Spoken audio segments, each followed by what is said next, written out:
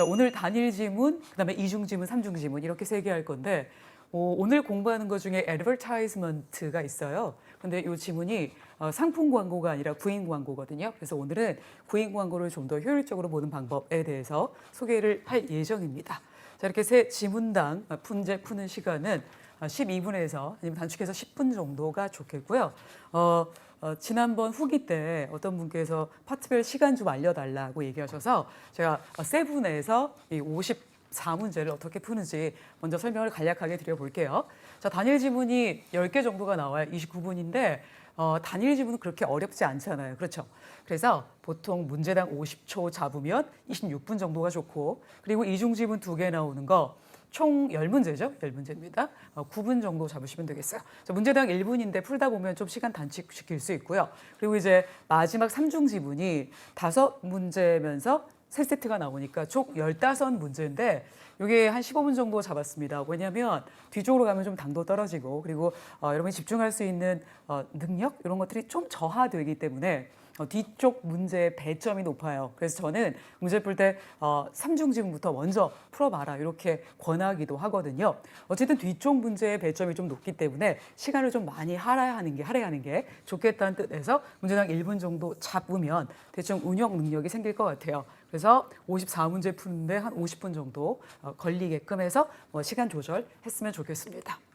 자, 단일 지문 푸는 법 간단하게 소개해드리면 첫 번째는 지문의 속성을 파악하는 거예요. 이러기. 그다음에 이제 두 번째가 지문의 기본 정보 파악하는데, 기본 정보라는 게 제목이 있으면 제목 읽어주고, 또 이메일 같은 경우는 수신자 발신자 같은 거 확인해주고 하는 것들이죠. 그러니까 먼저 기본 정보를 파악해야지 내용 전체 다 읽지 말라는 뜻입니다. 그리고 제목이 없다면 첫 한두 문장 정도 읽어주는 것도 기본 정보 파악 단계에서 할 수 있는 일입니다. 그다음에 세 번째는 지문을 다 읽지 않은 상태에서 첫 번째 문제로 가는데요. 이때 보기는 읽지 않는다. 왜냐하면 미리 읽어놓으면요 나중에 와서 또 읽어야 돼요. 제가 해보니까 그렇더라고요. 그러니까 우리는 시간이 관건인 거잖아요. 그래서 자, 보기를 나중에 한 번만 읽도록 하겠습니다. 그래서 퀘스천 넘버 1을 읽어주고, 자, 문제에서 가장 내가 이 단어가 실마리가 된다 싶은 것들을 찾고 나서요 본문으로 가는 거죠. 제가 지금 문제 퀘스천 1이라고 써놓은 이유는 문제 몇 개들을 미리 읽는 분이 계세요. 그러니까 만약에 여기 세 문제가 있는데 이거 세 개 미리 읽고 한 번에 푸시려고 가는데, 제가 해보니 물론 안 그런 분도 계시겠지만 제가 해보니까 나중에 또 읽게 되더라고요. 그러니까 문제 그냥 욕심 부리지 말고 퀘스천 넘버 1 읽고, 이게 근데 연습이 좀 필요해요. 욕심을 버린다는 게 굉장히 연습을 필요로 하더라고요. 그래서 퀘스천 넘버 1 읽고 지문 갖다가 보기 선택하는 게 저는 제가 풀어보니까 가장 시간이 짧게 걸리더라고요. 그래서 첫 단락을 읽으면서 퀘스천 넘버 1의 근거를 찾는데, 그리고 이제 그 근거가 나오면 나중에 이제 보기 읽고 정답을 선택하는데, 이 본문에 나왔던 단어가 그대로 답에 나올 리는 없지요. 보통은 같은 의미를 지닌 다른 단어로 재표현돼서 나오니까 같은 단어 나왔다고 찍고 그러지 마십시오. 자, 그런데 이렇게 해서 이제 다음 문제로 넘어가면 되는데, 만약에 내가 5번 과정에서, 즉 문제 읽고 답의 근거를 찾았는데 보기에 없더라 싶을 때 난 어떻게 해야 하나. 그러니까 예를 들어서 내가 여기까지 읽었단 말이에요. 그래서 이제 퀘스천 넘버 1에 답을 구해야 되는데 없어요. 그러면 여기서 보통 사람들이 퀘스천 넘버 1 아까우니까 여기까지 막 읽으려고 해. 그러면 나는 점점 시간은 흘러가고 정보는 누적이 된 상태에서 문제는 한 개도 못 풀었으니까 이때부터 약간 멘탈이 무너지기 시작합니다. 그래서 저는 뭘 추천해 드리냐면, 퀘스천 넘버 1까지 읽었어요. 그러니까 문제에 대한 답을 구하려고 단락 1까지 읽었단 말이에요. 첫 번째 단락. 자, 그런데 답이 보이지 않는다. 그러면 퀘스천 넘버 2 한번 찾아보세요. 읽고 가서 다시 한번 답의 근거를 찾아보시기 바랍니다. 아시겠죠? 그런데 퀘스천 넘버 2에 대한 답도 못 구했어. 그러면 이제 다음 단락 가시면 좋을 것 같아요. 알겠죠? 그러니까 어느 시점에서 어디로 틀어야 되는지 제가 말씀을 드렸습니다. 그래서 다시 한번 말씀드리면 퀘스천 넘버 1을 읽었는데, 그리고 답의 근거를 찾으러 갔는데 첫 번째 단락이 끝날 때까지 답이 안 나왔다. 그러면 계속 내려가지 말고 일단 퀘스천 넘버 2 읽고 답의 근거도 지금까지 내가 읽은 거에서 찾아보자라는 게 저의 제안이었습니다. 아시겠죠? 이런 상태로 하다가 이제 단락 2개가 누적될 때까지 답이 보이지 않으면, 알겠죠? 그러니까 문제 2개가 누적될 때까지 답이 보이지 않으면 다음 단락으로 가보자라는 거였어요. 이해하셨죠? 좀 혼돈되셨다면 다시 한번 정리해서 보여드리겠습니다. 자, 답의 근거가 없다 그랬을 때 다음 문제로 갈 것이냐, 다음 단락으로 갈 것이냐. 첫 번째 단락을 읽고 첫 문제 답을 구하지 못했다면 다음 문제에 가서 한 번 더 답의 근거를 찾아보는 것도 좋은 내용이라고 생각해요. 그래서 다음 문제를 읽어주시기 바라고요. 저 문제 2개가 누적되면 다음 단락으로 가보는 게 좋겠다는 얘기죠. 자, 이거는 이제 문제가 어려워질 때 얘기고요. 보통은 순서대로 답이 나오기 때문에 그다지 어렵진 않을 겁니다. 좋아요. 그럼 첫 번째 1번부터 3번까지가 information인데요. 자, 기본 정보 파악 차원에서 난 뭘 해야 되냐면 제목 먼저 읽으셔야겠죠. 그래서 제목을 봤더니 Are you traveling to Sedona? 당신 세도나로 여행 계획 중이십니까? Be sure to check. 반드시 체크해 주세요. 뭘 체크하냐? 다음과 같은 유명한 스팟들, 그러니까 관광 명소들 얘기하는 거겠죠. 근데 이 지문의 특성이 여러분 뭐냐면 이 비서술형 지문이죠. 그러니까 무슨 의미냐면은 이 글이 논리적으로 연결된 게 아니라 기승전결로 딱딱 있는 게 아니라 어느 장소에 대한 소개 이렇게 짤막하게 나온 단락들의 집합이거든요. 자, 여긴 글의 흐름이 논리적으로 이렇게 유지가 되지 않기 때문에 글을 처음부터 끝까지 쫙 읽는 것보다는 자, 문제가 원하는 부분만 발췌해서 거꾸로 들어가는 것도 좋은 방법이라고 생각합니다. 자, 그래서 저희 지금 제목 보고 자, 기본 정보 파악 단계에서 봤더니 그냥 소제목들이 있고 단락이 딱딱 끊어지고 있어요. 자, 이거 확인하셨고 자, 이제 문제 들어가면 됩니다. 그런데 제가 지금 이렇게 노란색 표시해 있는 것들 보이시죠? 특별히 이렇게 제목들, 소제목들은 미리 읽어주는 게 좋아요. 그러니까 제목 읽고 그다음에 비서술형 지문인 거 파악했으면 소제목들 읽어주고 넘어간다. 이 정도가 기본 정보 파악이라고 보시면 되겠습니다. 자, 그러면 1번 문제 보시죠. What is being described in the booklet? 지금 부클릿에서 무엇이 설명되고 있는가, 즉 광고되고 있는가를 물어보는 거죠. 그런데 사실 우리가 제목만 좀 약간 봤어요. 그죠? 그런데 제목을 봤더니 아까 사실 첫 번째 문장에서도 관광 명소라고 얘기했잖아요. 그래서 여기 이 단계에서 문제를 풀어줘도 좋고요. 아니면 좀 더 트리키한 문제들, 약간 어려워지는 문제들은 여기서 답을 구할 수 없는 경우도 있기 때문에 저는 이렇게 전반적인 내용을 묻는 문제는 그냥 맨 마지막에 푸는 게 좋다라고 얘기를 합니다. 그런데 이 글의 특성상 지문에 기승전결이 있는 게 아니라서 이렇게 문제가 원하는 부분만 발췌해서 읽을 거기 때문에 먼저 문제부터 공략하고요. 나중에 맨 마지막에 1번 문제 풀어주시면 좋을 것 같아요. 그러니까 2번 문제부터 공략하고 1번으로 가자 그 얘기죠. 그래서 2번으로 넘어갈게요. 자, 2번 문제는 메이슨 뮤직 홀에 대해서 무엇이 infer, 자, 무엇을 유추할 수 있는가. 그냥 암시 문제죠. 그래서 일단은 이 메이슨 뮤지컬이라는 걸 아까 우리 기본 정보 파악 단계에서 본 적이 있는 단어잖아요. 그래서 그 단락으로 먼저 찾아가는 거죠. 자, 그런데 아까 메이슨 뮤지컬이라는 걸 읽었기 때문에 고득점 팁, 절대 키워드 위주로 이 단락을 훑어 나가시면 되는 거죠. 이해되셨습니까? 다시 한번 문제 보여드리면 자, 메이슨 뮤직홀에 대해서 다음 중 맞는 것을 골라야 돼요. 자, 그런데 다음 중 맞는 사실은 여기 지금 보기가 4개예요. 좀 길죠. 그리고 단락도 문장 4개 정도가 돼요. 자, 이럴 때 여러분은 어디부터 먼저 읽어야 됩니까?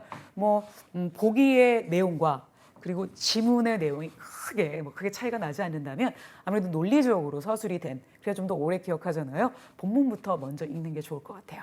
알겠죠? 그런데 보기가 굉장히 짧아요. 그렇다면 보기 먼저 체크하고 거꾸로 지문 들어가는 게 좋겠죠? 이따 그런 문제 나오니까 다시 한번 적용해서 설명드리도록 하겠습니다. 자, 그러면 지문을 읽을 때요. 절대 키워드라는 게 있죠. 뭐냐면 우리가 지문을 다 읽어도 기억이 안 나요. 그럼 내가 어떻게 이 지문을 가장 오래 기억할 것인가? 아니면 문제화될 수 있는 단어들 위주로 내가 뽑아서 읽을 수는 없을까? 즉, 문제 풀 때 가장 큰 힌트를 주는 단어 위주로 밑줄하면서 읽으면 좋거든요. 그래서 지금 절대 키워드라는 걸 알려드릴 건데요. 그게 문제 풀 때 가장 큰 힌트가 되는 단어예요. 그래서 답하고 직결되는 단어들 제가 좀 말씀드릴게요. 자, 고유의 명사는 절대 키워드죠. 그 이유는요. 고유의 명사는 지문에 나왔던 단어를 보기에서 보통은 재표현해서 정답으로 만드는데 재표현할 수가 없잖아요. 그죠? 고유의 명사니까. 그래서 절대 키워드라고 얘기하고요. 숫자, 시간도 바꿀 수 있는 한계가 좀 있어요. 이런 것들을 위주로 답을 구하시면 되고요. 또 토익이라는 게 지문에서 상황 관계 아니면 사실관계를 묻기 때문에 보통 상황, 사실 이런 것들은 인물, 시간 위주로 형성이 되기 때문에요. 이 단어들이 또한 답을 찾는 데 결정적인 근거를 제공한다고 볼 수 있겠습니다. 자, 부정적 단어 굉장히 중요하죠. 예, 부정적 단어가 들어가면요. 항상 문제가 되게 돼 있어요. 그죠? 뭔가 좋은 내용을 얘기해도 지금 할 말이 많은데 부정적 단어가 등장했다는 건 그게 주제 목적과 직결돼 있기 때문이거든요. 그래서 자, 고유명사 숫자, 시간, 부정적 단어 위주로 문단 보시면서 저도 제가 미리 노란색 해놨으니까 읽어볼게요. 자, 오픈 Tuesday to Sunday. 화요일부터 일요일까지 문 열죠. 9시부터 5시까지 열고요. 프리 굉장히 중요한 단어입니다. 예, 토익은 비용 많이 물어봐요. 공짜예요. 누구에게? Annual members에게. 그러니까 이게 1년 단위로 멤버십 제도가 있는 거죠. 그리고 이제 멤버가 아닌 일반 대중들에게는 $10의 입장비가 좀 필요하다 그랬습니다. 그러니까 뮤지컬에 들어가는 입장료가 필요한 거죠. 이 뮤지컬은 세도나 로컬 오케스트라, 아까 봤던 그 세도나 지역명이죠. 제목에서 봤던 그 지역 로컬 오케스트라에게는 뭐다? 홈이다. 이 홀이 괜찮죠? 그리고 정기적으로, 제가 또 시간 관련 표현이기 때문에 제가 절대기호도 표시해봤고요. 정기적으로 아주 놀라운 콘서트를 엽니다. 근데 보통은 그게 어디서부터 어디까지 이르는 콘서트들을 하냐면 클래시컬 뮤직부터 시작해서 현대음악 그리고 이븐 재즈까지 연주한다. 그런 얘기를 하고 있습니다. 자, 그러면 여기서 우리가 눈여겨보아야 할 단어들, 아까 제가 절대 키워드 말씀드렸는데 이 절대 키워드 이외에 이건 제가 그냥 토익 문제를 보면서 보통 이런 단어가 나오면, 그러니까 제 경험 속에서 우러나온 것들인데 이런 단어가 나오면 또 정답하고 직결이 되더라고요. 그래서 좀 더 알아둘게요. 이것도 약간 더 고득점용 키워드라고 볼 수 있습니다. 그래서 프리가 나오면 항상 문제가 되고요. 특히 로컬 되게 좋아요, 토익은. 로컬이 나오면 정답으로 연결되는 경우가 있더라고요. 그래서 오늘 제가 또 한번 보여드릴 거고, 그다음에 이제 뉴가 나오면 거의 주제 목적과 연결돼요. 뭔가 새롭게 나왔으니까 그 새로운 걸 발표하려고 지문을 쓰는 거거든요. 그리고 이제 체인지, 뭔가 변경되었을 때도 이게 어떻게 보면 뉴하고 상통되는 거죠. 어제까지는 이랬는데 오늘부터는 변경돼서 새로운 프로그램을 진행하겠다. 자, 이런 표현들 위주로 보통은 토익 지문들이 나오기 때문에요. 이 단어가 나올 때 여러분이 동공을 크게 확장시켜서 기억해 놓으시면 좋을 것 같습니다. 그래서 지금 눈여겨봐야 할 단어들이 free 여기 나와 있죠. 그다음에 이제 local이라는 단어가 지금은 고유명사로 쓰였지만 충분히 문제가 될 수 있고요. 그리고 이제 변화를 나타내는 단어도 찾아보시면 좋을 것 같아요. 앞으로 하시면서요. 자, 그래서 문제랑 연결해서 보면 이 뮤직홀에 대해서 다음 중 맞는 사실을 고르는 거죠. 첫 번째는 주말에만 연다. X. 이거 아니죠. Tuesday부터 연다고 했으니까. 자, 두 번째는 현재 공사 중이기 때문에 닫혀 있다. X. 세 번째는 클래시컬 뮤직만 한다. X. 네 번째는 yearly membership 프로그램을 갖고 있다. 아까 여기 annual member들한테는 공짜라고 했으니까 이게 뭔가 yearly로 membership 제도가 있는 거구나라고 생각할 수 있겠죠. 그래서 여기 annual이라는 시간 표현을 가지고 재표현해서 정답을 D로 고르시면 될 것 같고요. 여러분이 여기서 기억해야 될 거는 annual과 yearly가 재표현되는 동의어다라고 기억하셔야겠습니다. 그래서 2번 정답은 D 이렇게 할 수 있겠고요. 3번 문제입니다. 3번 문제는 아까 우리가 기본정보 파악에서 봤던 소제목들에 있던 유명한 관광 명소 이 두 군데의 장소들이 공통으로 갖고 있지 않은 것. 저는 이렇게 낫이 나오면 낫에 이렇게 X를 해놔요. 동그라미 같은 거 하지 마세요. 나중에 O인지 X인지 헷갈려. 그래서 낫에 X 해놓고 나중에 맞춰볼 건데 지금 간단하게 A, B, C, D 보시면요. 앞쪽 단어들이 거의 똑같죠. 그래서 이런 것들은 그냥 기본적으로 나와 있는 주어이고요. 그리고 이제 이 포인트들 미리 먼저 보시면 나중에 비교하기 쉬울 것 같아요. 왜냐면 나트루니까 아닌 거를 하나 골라내고 맞는 걸 3개 찾아야 되니까 사실 지문을 샅샅이 뒤져야 하는 거잖아요. 그러니까 만약에 보기가 이렇게 간단하다면 보기부터 먼저 체크하고 지문으로 거꾸로 공략하는 게 더 좋을 것 같다고요.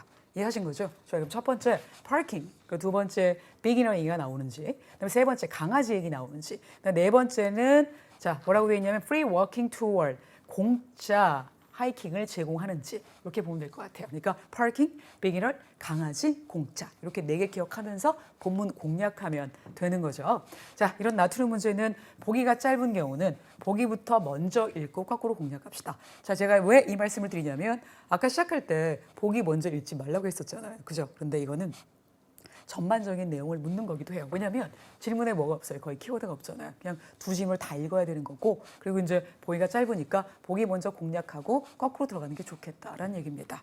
좋아요. 그래서 보기 먼저 확인했고요. 그리고 이제 요 지문에 나왔던 여기 세도나 마운틴 트레일과 또 하나의 트레일 둘 다 읽고 서로 비교해가는 과정이니까 이런 문제는 원래부터 시간이 오래 걸려요. 여기서 멘탈을 꽉 잡고 천천히 비교해서 풀어야지 여기서 우왕좌왕하다가 시간 다 보내면 안 됩니다. 그냥 이런 문제는 원래 시간이 좀 오래 걸린다. 이런 걸 풀려고 나는 다른 데서 시간을 줄이는 거구나 라고 생각하시고 평소에 연습을 많이 하셔야 됩니다. 아시겠죠? 좋아요. 자, 그러면 첫 번째 제가 역시 여기 노란 거 위주로 키워드 표시해놨습니다. General Public, 일반 대중에게 열려있는 트레일이고요. 8시부터 5시까지 하고 공짜예요. 입장료가 공짜지만 파킹 피가 있대요. 파킹 얘기 나왔었는데, 그죠? 이럴 때 이제 문제 띄워놓고 수시로 비교하면서 제거하는 게 맞습니다. 누구한테가 파킹 피가 있냐면 뭐 드라이빙에서 오는 사람이겠죠. 그다음에 이 트레일은 perfect for family. 패밀리한테 좋다는 건 비기너한테도 좋다는 거죠. 비기너한테. 왜냐면 패밀리라는 게 뭐가 아이도 있을 수 있기 때문에. Since it's relatively. 왜냐하면 그 이유가 비교적 짧은 도보예요. 도보 여행이라는 뜻이죠. 하이크가. 그래서 너는 beautiful view. 굉장히 모두 좋다. 풍경도 좋고 red woods도 있고 wild flower. 야생 그 꽃들도 있다. 이렇게 얘기했죠.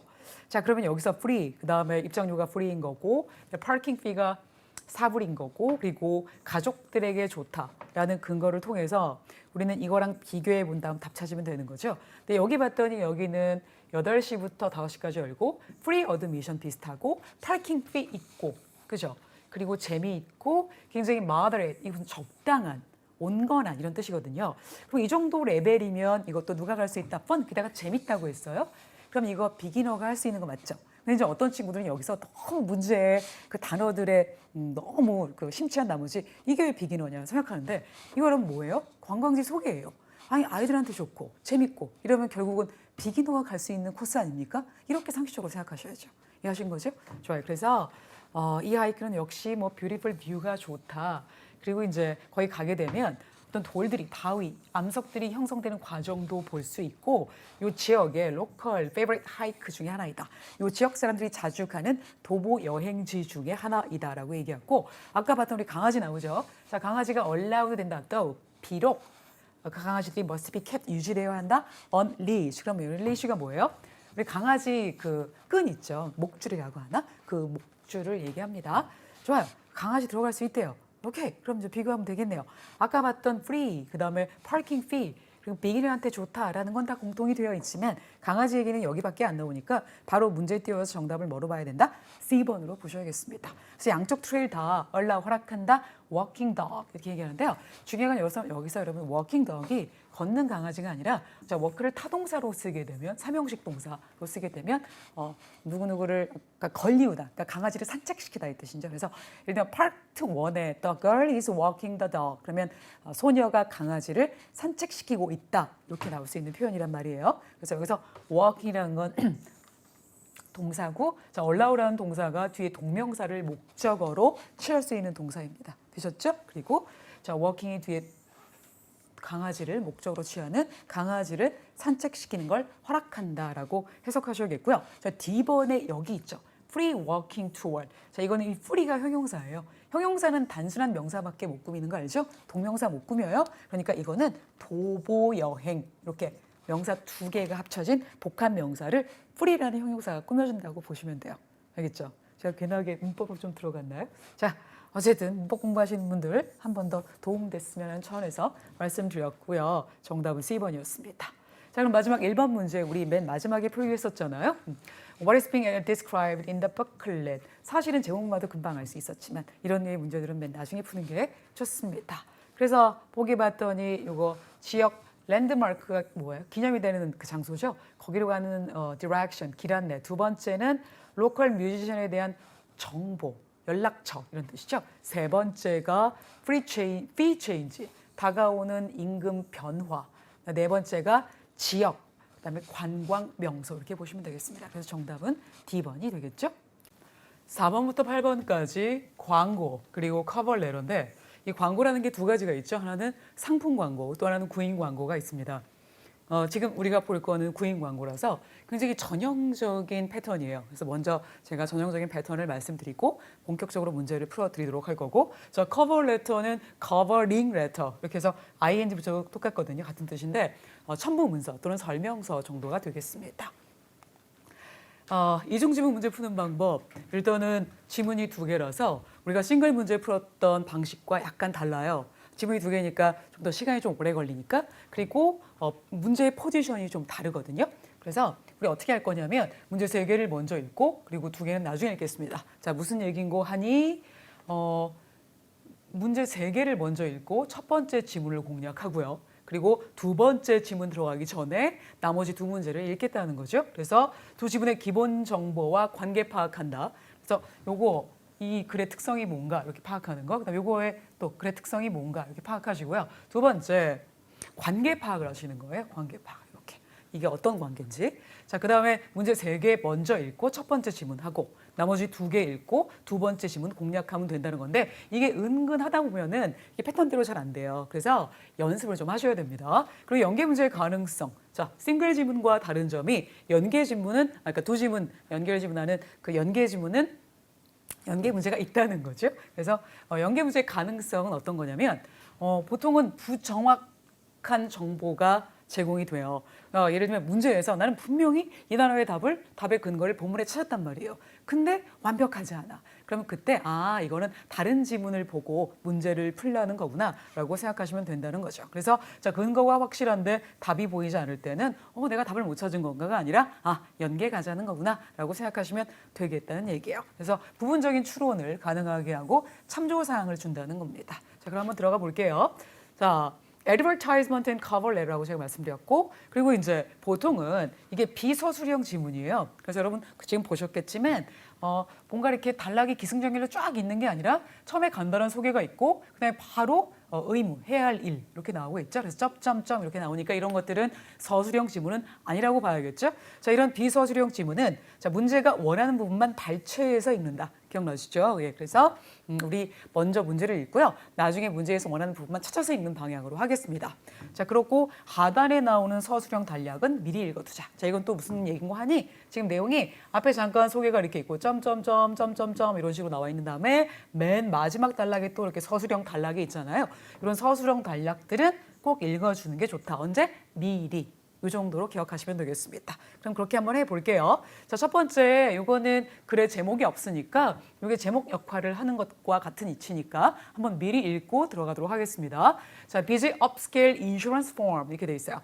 그러면 지금 미드타운 맨하탄에 있는 아주 어떠한 보험회사가 찾고 있다? 고객 서비스 직원.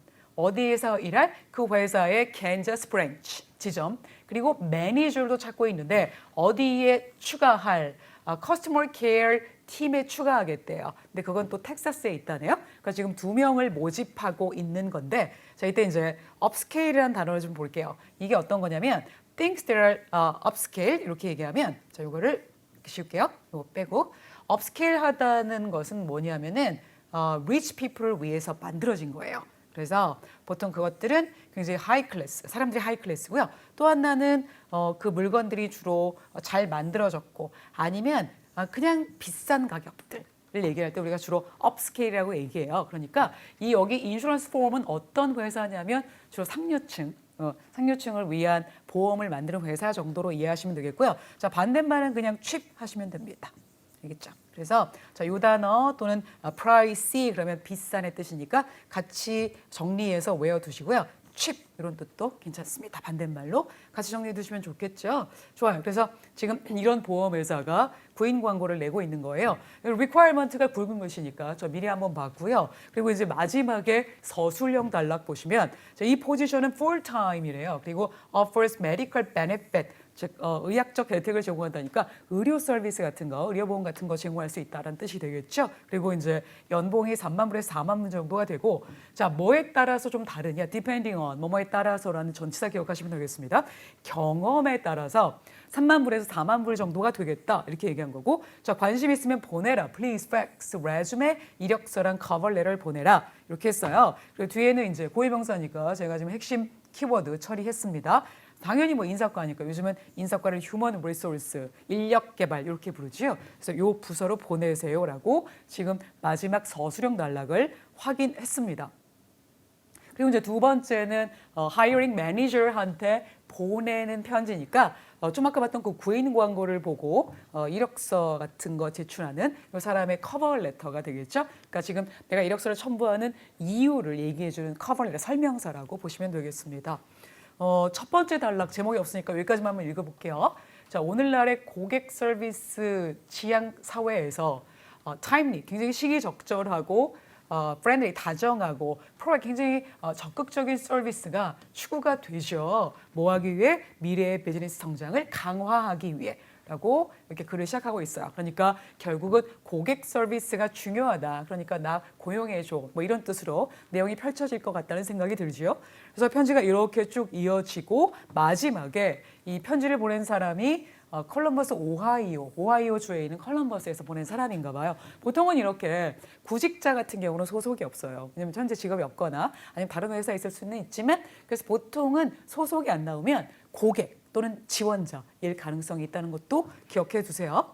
자, 그럼 문제 우리 세 개 미리 읽고 들어가기로 했으니까 지금 기본 정보 파악이 된 단계에서 그 두 지문의 연계 그 관련성을 좀 확인했죠. 그리고 나서 이제 문제 3개 읽어야 되니까 4번, 5번, 6번 미리 읽고 들어갈 건데 지금 4번 문제가 뭐냐면 이 job posting, 이 구인 광고는 어떤 직책을 위한 것인가라고 얘기하고 있고 저 두 번째는요. what skill, 어떤 스킬을 지금 편지를 보낸 이 사람이 가지고 있는가. 근데 그 스킬에 대한 부연 설명을 지금 하고 있는데 그 스킬이 어떤 스킬이냐. 지금 광고에 게재된 requirements, 그러니까 요구사항이니까 자격 정도가 되겠죠. 그걸 충실하게 만족시키는, 그죠? 만족시키는 스킬이 무엇입니까? 라고 얘기하는 거예요. 그러니까 위에서 지금 구인 광고에서 자격하고 그리고 아래 편지에서 지금 이 편지를 쓴 사람의 경험하고 둘이 연결해서 봐야 될 것 같습니다. 연계 문제 느낌이 좀 있지요. 자, 그래서 6번 문제 보시면 어떤 서류가 제출이 되어야 합니까? 지원하기 위해 이렇게 보시면 되겠습니다. 그래서 현재 저희 4번 어떤 직업을 포스팅한 거냐. 그리고 두 번째 5번 문제는 양쪽 지문을 다 봐야 될 것 같아서 지금 지문 2로 미뤄두고요. 그리고 이제 6번 문제는 맨 마지막 아까 다큐ment 어떤 서류 제출해라 이런 거 나왔었죠. 그래서 미리 우리가 4번하고 6번은 미리 풀 수 있겠다라는 감이 온 상태고 이건 5번은 지문 2로 가야 돼요. 자, 그런데 지금 현재 저희가 보고 있는 이 구인 광고는 굉장히 전형적으로 내거든요. 그러니까 이 전형적인 패턴을 먼저 말씀드리면 앞으로도 구인 광고 나왔을 때 쉽게 답을 찾아갈 수 있을 것 같아요. 왜냐하면 구인 광고는 거의 다 비서술형 지문 형태로 나오거든요. 그러니까 패턴이 거의 다 비슷합니다. 그러니까 미리 알고 정리해두면서 나중에 대비해 보도록 할게요. 자, 맨 처음에 직책과 직종이 나오죠. 우리는 어디에서 일할 누군가를 모집합니다. 이렇게 나오기 때문에 근무지, 회사명이 처음에 나옵니다. 보통은 왜 회사 이름 뭐 이쪽으로 연락하세요 이런 것들은 주로 아래쪽에 나오는 경우가 많았잖아요. 특히 비즈니스 레터에서. 그런데 이 구인 광고는 어디서 일할 누구를 모집합니다. 이렇게 하기 때문에 근무지, 회사명이 위쪽에 나오니까 어디서 일하게 될 것인가 그러면 아래쪽이 아니라 위쪽을 공략한다는 거 잊지 마시고요. 그다음에 이제 담당 업무, 어디서 무슨 일을 하게 될 누군가를 모집합니다. 이럴 때 누군가를 모집합니다. 그 위에 어디서 일하게 될 이 부분에서 우리는 장소도 알 수 있고요. 아니면 누구 밑에서 일하니, 즉 직속 상사가 누구인지도 알 수 있는 게 이 첫 번째 단락이라는 거죠. 그래서 직속 상사 여기서 알 수 있어요. 되셨습니까? 그래서 보통 놓치는 게 이 근무지 회사, 또 하나 직속 상사, 요거를 좀 아래쪽에서 공략하는 부분이 있는데, 그러니까 그런 경향이 있는데 요거를 위쪽으로 좀 끌어당기자가 제가 지금 정리해주는 이유입니다. 그리고 이제 필수 자격 요건이라고 나와 있는데요. 이때 이제 학력, 경력, 기술 같은 거 그래 중반부에서 찾을 수 있겠고 맨 마지막에 이제 자격이 돼야 대우를 해주죠. 다시요. 자격이 돼야 대우를 해주는 거니까 자격이 먼저 나오고 대우가 아래쪽에 나온다. 그때 이제 그 대우라는 게 급여 또는 복지 정책 같은 건 하단에서 찾을 수 있겠고요. 그리고 지원 방식, 제출 서류, 마감일 뭐 당연히 맨 하단에 나오겠죠. 이렇게 구인 광고 전형적인 형태를 좀 알아봤고요. 자, 다시 문제로 돌아가서 아까 그 문제 풀어보도록 할게요.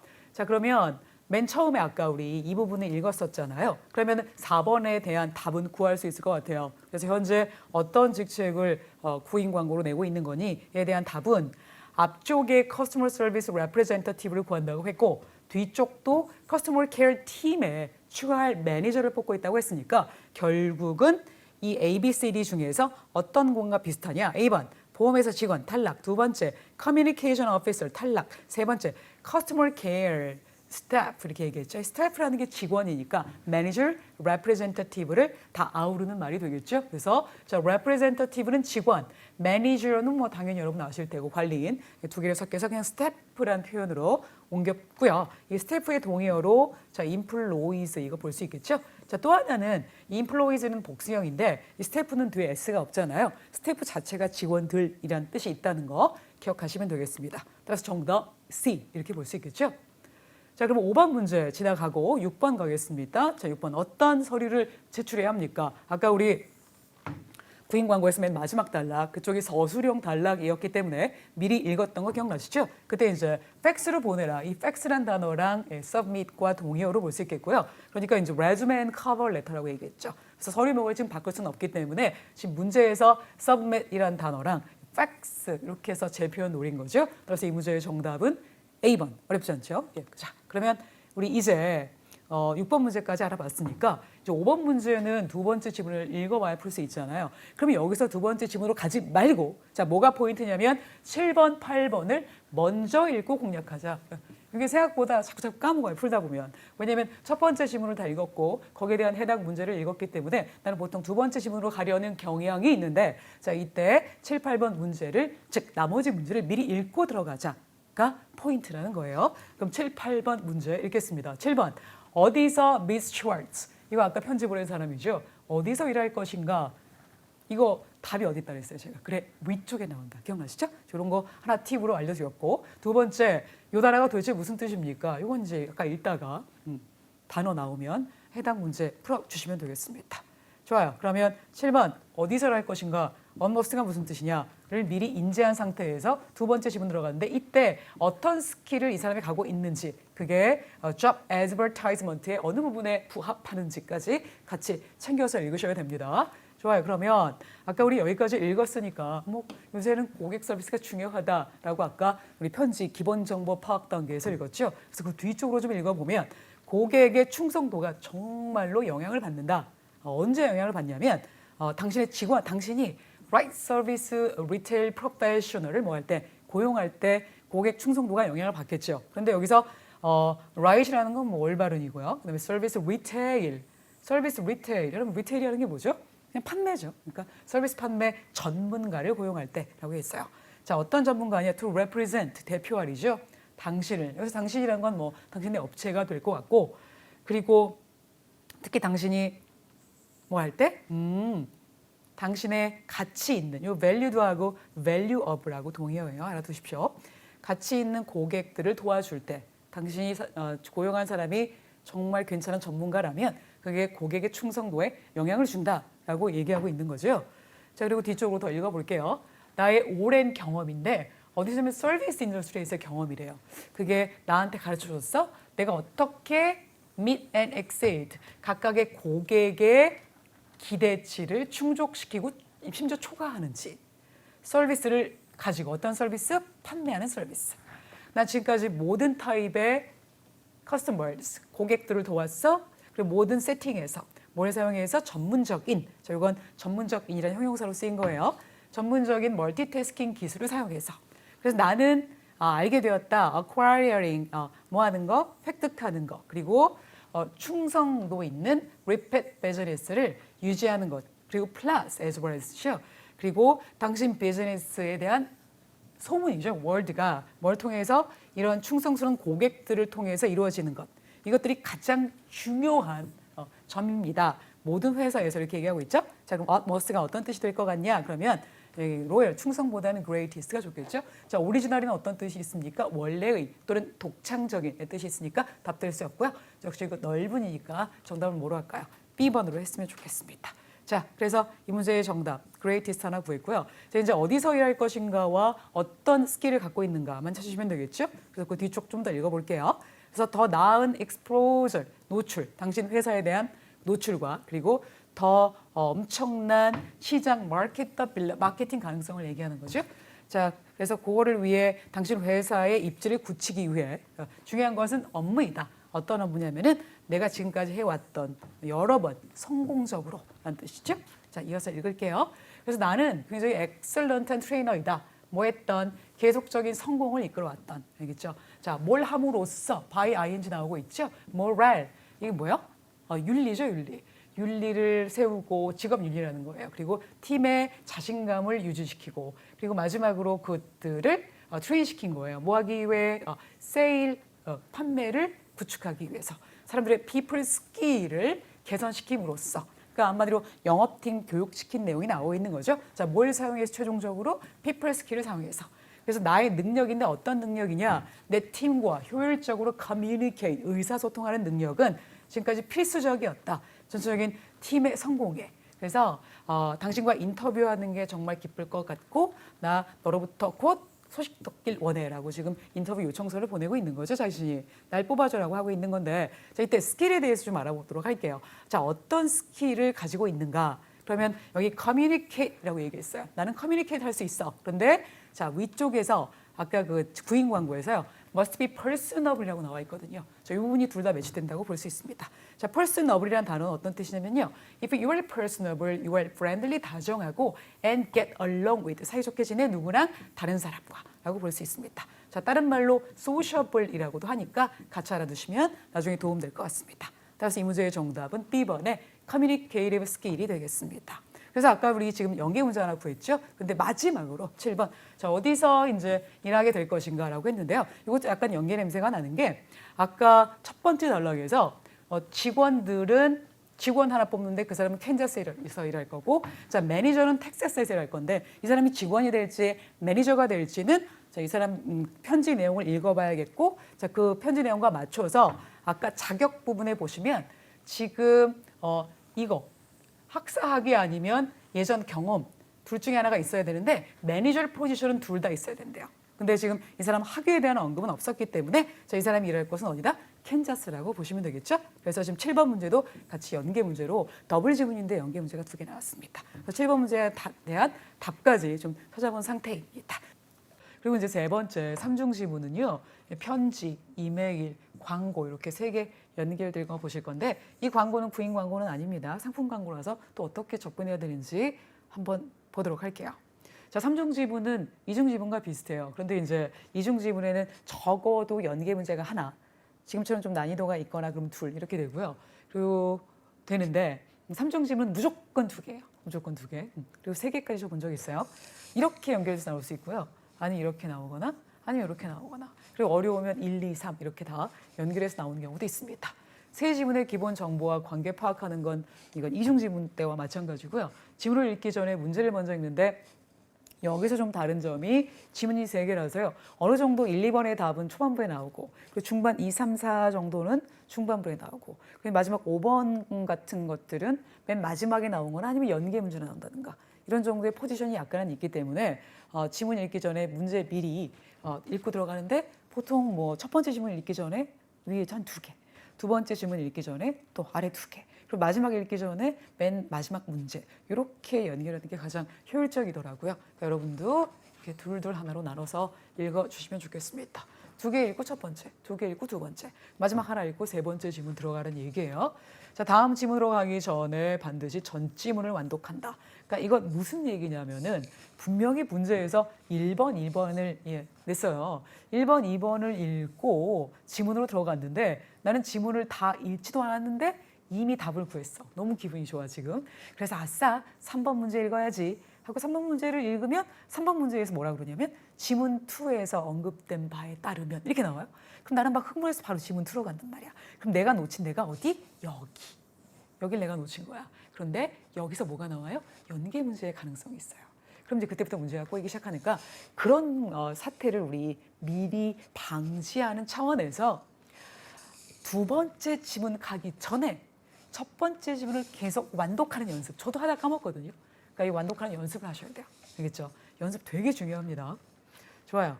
이 연습은 여러분이 시간 관리하는 방법 할 때도 굉장히 도움이 되는 거니까 그냥 지루하다고 생각하지 말고 시험 보러 가기 전에 2시간 동안 똑같은 상황에서 토익 문제를 한번 풀고 가면요. 정말 점수가 훨씬 잘 나옵니다. 아시겠죠? 좋아요. 그러면 저희 편지, 이메일, 애드버타이즈먼트 먼저 기본 정보 파악할 건데 여기 봤더니 누구한테 보내는 편지냐면 뭐 공원이야. 그죠? 공원하고 레크리에이션. 공원이 그 공원도 있고 아니면 오락도 같이 하는 어쨌든 그 대문자니까 그 단체가 있나 봐요. 그런 기관의 친구들에게 그 친구가 무슨 친구일까요? 좋아요. 이렇게 보시고 그리고 이제 이게 비서술형 지문도 같이 섞여 있어요. 친구들한테 보내는 편지인데 봤더니 플래티넘 스폰서도 있고 두 번째 골든 스폰서, 실버 스폰서 이렇게 굵은 글씨로 표시된 것들은 미리 보라고 제가 말씀드렸었죠. 자 그렇게 하고 아까 보낸 사람이 모니카 실바라는 사람인데 이게 자선 모금 운동 그죠? 이게 기금 마련이죠. 기금 마련 이벤트를 담당하는 사람이구나. 그러면은 보통은 아까 프로그램 명이 나왔었잖아요. 이렇게 여기 스폰서. 그러니까 어떤 기관한테 좀 후원 좀 해달라고 보내는 편지겠구나라고 충분히 짐작할 수 있었습니다. 자, 이게 기본 정보 파악이고요. 두 번째는 이메일이죠. 이메일인데 이벤트 스폰서에 대한 내용이네요. 그러니까 좀 아까 봤던 그 광고를 보고 그 편지를 보고 어떤 사람이 글을 보내는 것 같아요. 그죠? 그리고 이 담당자에게 보내는 편지예요. 스폰서에 대한 내용이 주제니까 굳이 첫 번째 문장 안 읽어도 좋을 것 같고 맨 마지막에 보내는 사람 소속을 맡더니 베이슈즈라는 회사에 미안카라는 사람이에요. 좋아요. 그러면 세 번째는 광고죠. 광고인데 제목을 봤더니 5km run 달리기죠. 달리기. for Red Rocks Park. 아까 첫 번째 편지에서 봤던 기관명이 그렇게 나오고 있는데 그 기관에서 어떤 기금을 마련하기 위한 이벤트를 해요. 이벤트를 하고 그게 날짜 나와 있는데 스폰서드 바이 뭐라고 돼 있습니까? 베이 슈즈 컴퍼니하고 앞에 로고가 제가 좀 허접하게 그려봤습니다. 로고 관련 문제가 나와서요. 좀 굉장히 많이 고민했어요. 신발이 없어서. 좋아요. 그러면 베이 슈즈 컴퍼니에 의해서 후원받는 광고 내용이 뒤쪽으로 이렇게 나오고 있어요. 그죠? 그렇게 광고가 이어지고 이제 우리는 문제를 읽을 건데 두 문제 읽기로 했었죠. 두 문제 읽겠습니다. 누구를 위한 편지냐? 이 편지는 도대체 타겟이 누구냐를 묻는 거죠. 이 편지를 받는 대상이 누구냐를 나중에 찾으시면 되겠고 아무래도 뭐 후원자 아니겠습니까? 근데 그 후원자가 누구냐를 묻는 거죠. 그래서 10번은 편지 첫 번째 단락에 이게 도대체 무슨 뜻이냐? 이걸 묻는 거니까 저희 빠르게 정리할 수 있을 것 같아요. 자, 그럼 9번, 10번 문제 찾아서 레터를 한번 읽어보기로 하죠. 친구들이야. 너도 알다시피. 그러니까 뭐 기관들이겠죠. 후원자가 될 가능성이 있는. We are dedicated. 우리는 어떤 단체냐면 건강. 우리 지역 주민들의 건강을 향상시키는 데 굉장히 헌신하는 기관이다. 그래서 recreation 이런 게 나와 있나 봐요. 뭘 통해서 하냐면 굉장히 액티브한 무브먼트, 운동이에요. 이런 운동, 캠페인 이런 것들이죠. 이거를 장려함으로써 라고 되어 있습니다. 그리고 그런 정신에서 우리가 현재 편지를 쓰고 있는데 자 초반부에 I'm writing to 부정사 뭐 거의 주제 목적의 정석이죠. 편지를 쓰고 있는 이유를 묻는다면 답은 반드시 여기여야만 합니다. 그런데 이제 이유를 묻는 게 아니라 대상이 누구냐가 문제였기 때문에 그냥 지나갈게요. Your company. 자, You가 지금 두 번째 나오고 있죠. 대상이 누구냐를 묻는 거니까 우리는 You란 단어에 집중해서 보아야겠습니다. 너네 회사가 좀 become a corporate sponsor. 기업 스폰서가 좀 돼주길 하고 바래. 라고 편지를 쓰는 이유죠. 그럼 너네 회사니까 아무래도 기업가 정도 되겠고요. For our annual, 굉장히 중요한 단어입니다. annual, 매년 한다. 보통 이거 문단 처음에 깔아놓고 맨 마지막에 다음 중 사실인 것은 이건 처음 열리는 행사다. 뭐 이런 거 자주 나와요. 그러니까 annual 딱 포인트 잡아놓고 이 펀드레이징 이벤트의 스폰서가 돼달라는 거구나. 그리고 이 레이스, 이 5km run, 다르게 레이스라 표현했죠. 이 레이스를 통해서 얻어지는 기금은 다 사용된다. 어디에 뭐 하기 위해 좀 더 많은 bathroom facility를 짓기 위해 공원에다 할 건가 봐요. 인사이더 파크뿐만 아니라 기존의 벤치들도 renovate 다 수리해야 된대요. 됐습니다. 자 그러면 그래서 your company라는 건 friends일 텐데요. 보통 기관, 뭐 회사 회사가 되겠죠. corporate sponsor라고 했으니까 여기서 이렇게 언급했기 때문에 자, 이것과 그 이어지는 내용의 이번 이벤트는 아주 광범위하게 커버가 된대요. Our local press. 자, 로컬이라는 단어 우리가 절대 키워드 이외에 눈여겨봐야 할 단어 중에 하나라고 말씀을 드렸습니다. 그래서 로컬 한 번 더 노란색 해봤고요. 1,000명 이상의 관중들도 오게 될 거래요. 그죠? 그렇구나. 그리고 would give amazing press coverage. 여기 press라는 단어가 지금 두 번 나오고 있어요. 지역 언론기관들이죠. 언론기관들이 와서 엄청나게 취재를 해가겠다. 자, coverage. 언론 나오고 coverage 나오면 보통은 취재, 기사, 취재를 얘기합니다. 해갈 거고요. 만약에 보험회사 나오고 coverage가 나오면 보험회사에서 적용해주는 보상 범위를 얘기하는 거예요. 근데 여기서 커버했다는 건 기사로 내보냈다는 취재를 얘기합니다. 취재를 해갈 거고요. 그래서 너의 브랜드의 가시성이 높아진다. 비주얼 보이는 거니까. 아, 후원해라. 너네 로고, 이름 이런 거 박아줄게. 이런 내용 아니겠습니까? 좋아요. 그렇다면 너 누구니? 로컬 프레스, 로컬이라는 단어가 나왔단 말이에요. 로컬 프레스에서 나와가지고 뭐 할 거야? 취재를 할 거니까 너네 브랜드의 가시성이 높아진다. 이런 단어로 추적해 볼 때 A번에 대상은 광고의 회사의 누구다. 이게 중역들. 두 번째는 요 지역 기자들 아닌 거고 세 번째는 로컬 비즈니스 오너들. 이게 딱이죠. 광고회사 중역들이 아니라. 그래서 지금 A번에 현혹되시면 안 되고요. 그리고 네 번째는 파크 센터. 이거 대문자인 거 보니까 여기 파크에 있는 센터 기관인가 봐요. 거기 직원들. 따라서 이 문제 정답 몇 번이다? C번이다. 이렇게 볼 수 있겠죠? 자, 10번에 메저빌리티 하나 더 이제 찾으러 갈게요. 이게 뭐 브랜드가 잘 보이게끔 만들어주겠다. 이런 내용 아니겠습니까? 그래서 첫 번째 A번 보면요. 뭔가를 위해 시간을 만드는 어떤 act, 활동. 두 번째는 알려진 것으로 보이는 상태. 그죠? 유명해지는 거죠. 그래서 가시성이라는 건 회사가 정말 눈에 보이는 게 아니라 회사가 얼마나 대중들에게 노출이 되는지 그 인지도를 얘기하는 거라서 정답은 B번으로 보는 게 좋겠고요. 그리고 이거 세 번째는 또 비밀을 폭로하는 행동. 그리고 네 번째는 뭔가 분명한 상태. 잘 보이는 상태. 이거는 그냥 사전적 의미를 얘기하는 것 같고요. 여기는 브랜드가 유명세를 타는 거니까 B번으로 답을 하시는 게 좋겠습니다. 좋아요. 저희가 여기까지 읽었고 이제 편지에 나온 내용을 대충 읽었으니까 11번, 12번 문제 먼저 읽고요. 두 번째 이메일로 들어가도록 하겠습니다. 그럼 11번에 어떤 레벨의 스폰서십, 아까 무슨 스폰서 출이 있었잖아요. 어떤 레벨의 스폰서십을 이 베이스 슈즈 컴퍼니가 참가하게 될까요? 어떤 프로그램에? 그리고 두 번째는 제니퍼 밀즈라는 사람에 대해서 다음 중 맞는 사실은을 고르면 됩니다. 연결해서 이제 볼게요. 아까 우리 이메일 여기 기본 정보 파악에서 했던 거니까 바로 들어가도록 하겠습니다. 토론되었듯이. 그러니까 예전에 먼저 커뮤니케이션이 있었다는 얘기입니다. 지금 첨부한 게 뭐냐면 우리 회사의 로고 사본입니다. For your event, 당신 이벤트의 프로모션을 광고성 자료를 위한 이렇게 보시면 되겠죠. 그래서 광고성 머티리얼이라는 건 뭐 소책자나 뭐 팜플렛이나 아니면 취재 기사거리로 나갈 것들 관련된 모든 자료를 얘기하는 겁니다.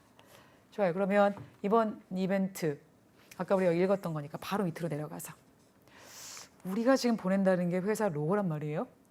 그러면 어떤 레벨의 스폰서 프로그램에 이 회사가 참여할 것인가가 문제니까 가서 로고랑 네임 나오는 거 보면 될 것 같아요. 그죠? 뭐 이름 당연히 나오는 거고 로고 그런데 로고 들어가는 게 스폰서가 두 개예요. 하나가 지금 보였던 플래티넘, 또 하나가 골든. 좋아요. 그럼 여기서 보면은 아직은 문제를 못 풀겠네요. 따라서 이 두 개를 뭔가 구별 지을 좀 더 부연 설명이 우리는 필요한 건데 다음 단락 가서 봤더니 커뮤니케이션 부서의 바이스 프레지던트죠. VP. 바이스 프레지던트인 제니퍼 밀스. 이 이름은 아까 문제에서 봤던 이름이니까 문제 두 개 동시에 풀릴 것 같아요. 그 사람이 시상식에 참가할 거래요. 누굴 만나기 전에 몇몇의 위너를 만나기 전에. 자, some of the winner of 넣을게요. 만나기 전에. 그래서 알려주세요. 이게 가능한지 이런 일이. 그렇게 약속 좀 정해서 알려다오 이런 얘기죠. 또한 몇 시에 그죠? 그녀가 도착해야 하는지 이렇게 얘기하고 있어요.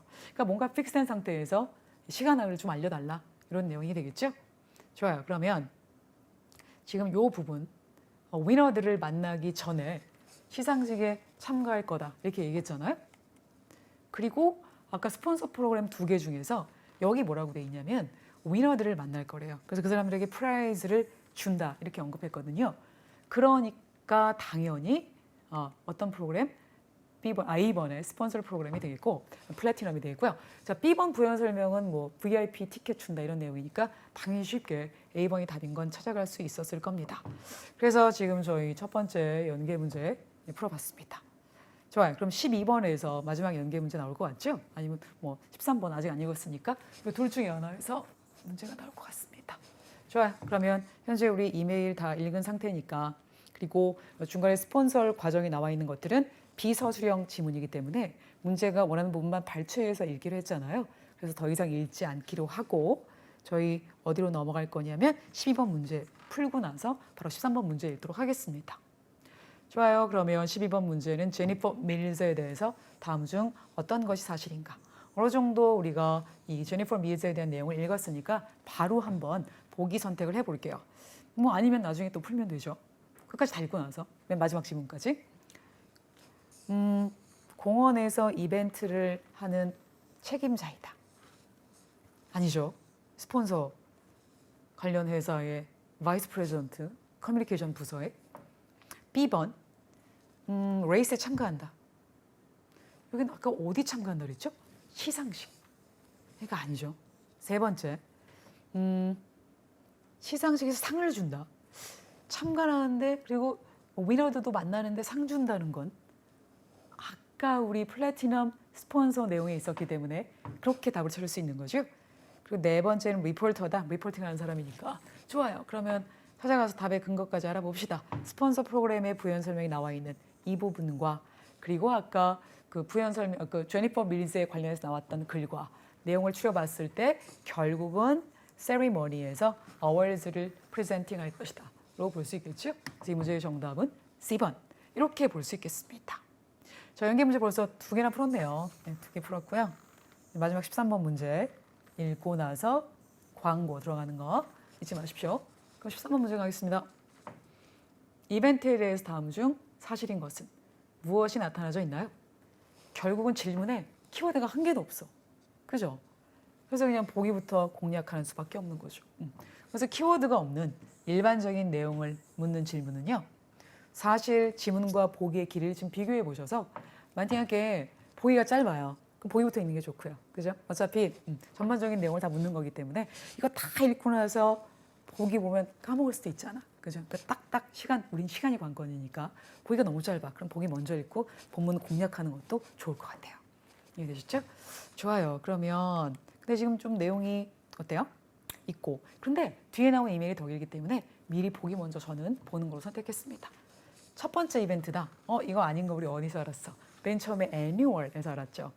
이거 굉장히 전형적인 스타일로 자주 나오는 문제예요. 문제 몇 번 풀어보시면 금방 나오고요. 행사 보통 소개할 때 애니얼 또는 yearly 뭐 이런 표현 아니면 every year 이런 것들 그냥 끝에 한번 딱 던져주거든요. 문장 끝에. 자, 이런 걸 통해서 이런 문제 많이 내니까 알아두시고요. first time은 아니다. 그러니까 두 번째 runners will start from 러너들은 Red Rocks 이벤트 센터에서 뛰기 시작할 것이다. 이건 광고에 나오겠다. 지금까지 읽은 적이 없으니까. 그래서 이거. 그다음에 세 번째, 뛰지 않는 사람들도 참가할 수 있다. 근데 여기는 안 된다고 했으니까 그럼 뛰지 않는 사람은 참가할 수가 없구나. 이거 아직 읽은 적 없고. 그 네 번째, 스페셜 퍼포먼스도 하게 된다. 아직 이벤트 광고를 읽은 적이 없으니까 결국은 BCD를 먼저 보고 지문 공략하면 될 것 같은데 BCD에서 BC는 딱 스타트 보면 될 것 같아요. 스타트. 그 다음에 non-run, 뛰지 않는 사람. 세 번째는 퍼포먼스. 이렇게 세 개 기억하고 자 광고 공략하면 될 텐데 아까 우리 여기까지 읽었죠. 광고 회사 이름 나와 있는 거고 로고랑. 첫 번째 문장부터 보시죠. 러너들은 파킹lot A에서 출발한대요. 이 레드락 파크스에서. 그리고 어서 끝난다. 레드락 이벤트 센터에서 끝난대요. 그럼 비교해서 빨리빨리 보시면 되겠죠. 마저 읽고 제가 보여드릴게요. 그리고 모든 참가자들과 스펙테이터가 뭐죠? 이게 이제 관중들이니까 참가하지 않는 사람들도 올 수 있대요. 그러니까 이제 또 그거 끝나고 나서 포스트 레이스까지. 근데 거기서 우리는 어떻게 하게 돼? 스낵도 제공하고 음료, 알코올까지 제공하게 된대요. 그리고 스페셜 뮤지컬 콘서트를 하게 되니까 그게 퍼포먼스하고 연결되는 거죠. 근데 그거를 누가 하게 되냐면 학생들인데 새로운 오케스트라 프로그램으로부터 온 학생들이 하게 될 거고 뿐만 아니라 그때 레이스 위너들을 위해서 어워즈 세레머니 시상식까지 같은 날 다 주최하게 됩니다. 라는 내용이겠죠. 그래서 아까 우리 뭐 먼저 보기부터 공략했던 키워드들과 연결해서 좀 보겠습니다.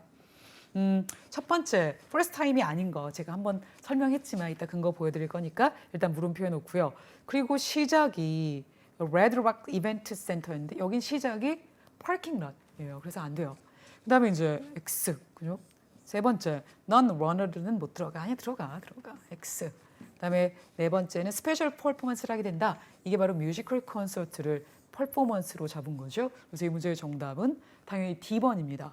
자, 그런데 아까 첫 번째 편지에서 보통 이런 건 문제가 어렵게 나오면 저 위에서 나오기 때문에 굉장히 잡기가 힘들어져요. 그러니까 항상 우리 키워드 먼저 표시해 놓는 거 잊지 마시고요. 여기서 annual이라고 했기 때문에 first time이 아니다. 이거 미리 알고 있지 않으면 굉장히 힘들어요. 끝까지 난 모든 노력과 진을 뺐단 말이야. 근데 맨 마지막에서 문제 풀려는 게 첫 번째에서 그냥 살짝 넘어갔던 단어였다? 이거 쉽지 않거든요. 그러니까 미리 알고 공략하는 게 좋을 것 같습니다. 그래서 13번 문제의 정답 D 아까였죠? 자, 이렇게 해서 저희 연계 문제 이렇게 두 개 풀어봤어요. 그죠? 두 개 풀어봤고요. 스페셜 잠시만요. 네, 양쪽 지문 연계해서 봤으니까 연계 문제 맞군요. 이것도 약간 연계 문제 가능성이 있었어요. 그죠? 연계 문제 스타일이었죠? 그래서 보면 이제 연계 문제가 한 3개 정도 나온 것 같아요. 알겠습니까? 그래서 저희 이렇게 문제 다 풀어봤는데요. 중요한 건 여러분 저랑 같이 이 문제 풀어보시기 전에 여러분이 미리 풀고 오는 거 그래야 더 강의가 이해되는 거니까 항상 제가 말씀드리는 거 여러분 알고 계시죠? 아까 시작할 때 미리 풀고 오셔야 됩니다. 이런 얘기 안 해서 저 하는 내내 굉장히 불안했어요. 아시겠죠? 그러니까 항상 미리 풀고 들어오시는 거 잊지 마십시오. 수고하셨습니다.